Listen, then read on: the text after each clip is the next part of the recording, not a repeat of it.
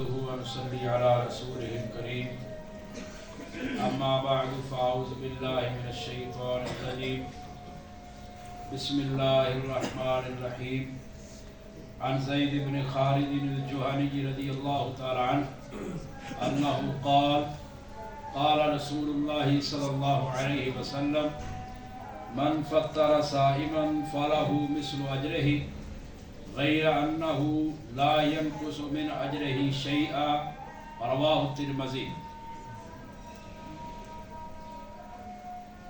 افطاریوں میں، سحریوں میں اکثر یہ ہمارا حال ہے کہ ہم خود تو سحری میں، افطاری میں پیٹ بھر کر سیر ہو کر کھا لیتے ہیں، لیکن ساتھ پڑوس میں رہنے والا مسکین بھوکا ہے اور ہمیں اس کا علم نہیں ہوتا۔ یہ بات بالکل درست نہیں ہے۔ مسکین پڑوسی کا، بھوکے کا خیال رکھنا چاہیے۔ السلسلۃ الصحیحہ میں 149 نمبر روایت میں موجود ہے، نبی مکرم صلی اللہ علیہ وسلم نے فرمایا لیس المؤمن الذی یشبع وجارہ جائع الی جنبہ۔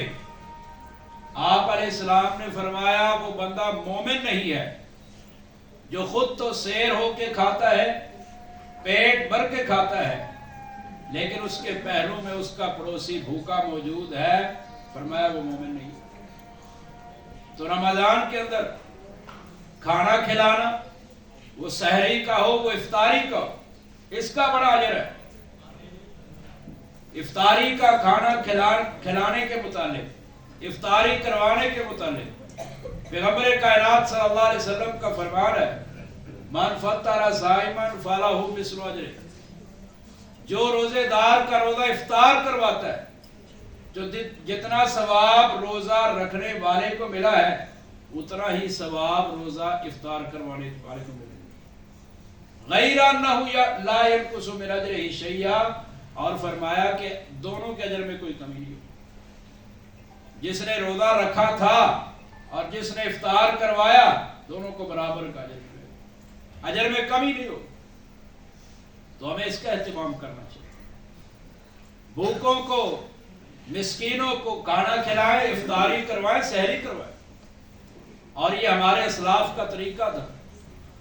ابو شیخ محمد بن حسین البرجلانی رحمہ اللہ، انہوں نے اپنی کتاب الجود والکرم کے اندر روایت نمبر 56 میں حماد بن ابی سلیمان رحمہ اللہ کے بارے میں ذکر کیا ہے کہ حماد بن ابی سلیمان رحمہ اللہ جو تھے وہ رمضان کے 30 دنوں میں یا 29 دنوں میں ہر روز 100 مسکینوں کو روزہ افطار کروایا، 100 مسکینوں کو۔ اور پھر صرف روزہ افطار نہیں کرواتے تھے، جب عید کی رات ہوتی تھی تو ان 100 مسکینوں کو ایک ایک سوٹ دیتے اور ایک 100 درہم دیا کرتے، ایک 100 درہم۔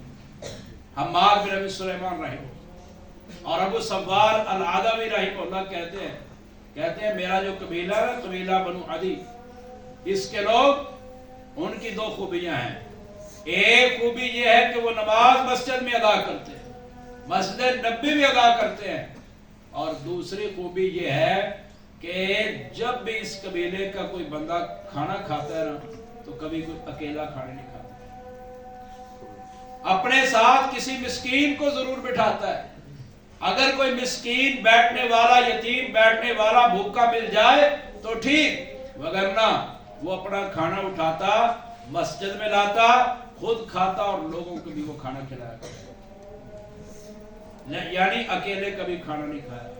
اور عبداللہ بن عمر رضی اللہ تعالیٰ عنہ کے بارے میں موجود ہے کہ حضرت عبداللہ بن عمر رضی اللہ تعالیٰ عنہ نے جب بھی کھانا کھایا، جب بھی دسترخوان پہ بیٹھے تو ساتھ اپنے یتیم کو بٹھاتے تھے، کسی مسکین کو بٹھاتے تھے۔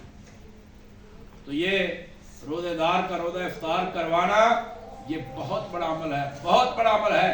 ثواب میں نے بیان کیا ترمذی کی روایت میں کہ روزہ افطار کروانے والے کو اتنا ثواب ملتا ہے جتنا روزہ رکھنے والے کو ملا ہے۔ اللہ تعالیٰ ہمیں عمل کی توفیق عطا فرمائے۔ سبحان ربک رب العزت عما یصفون وسلام علی المرسلین والحمد للہ۔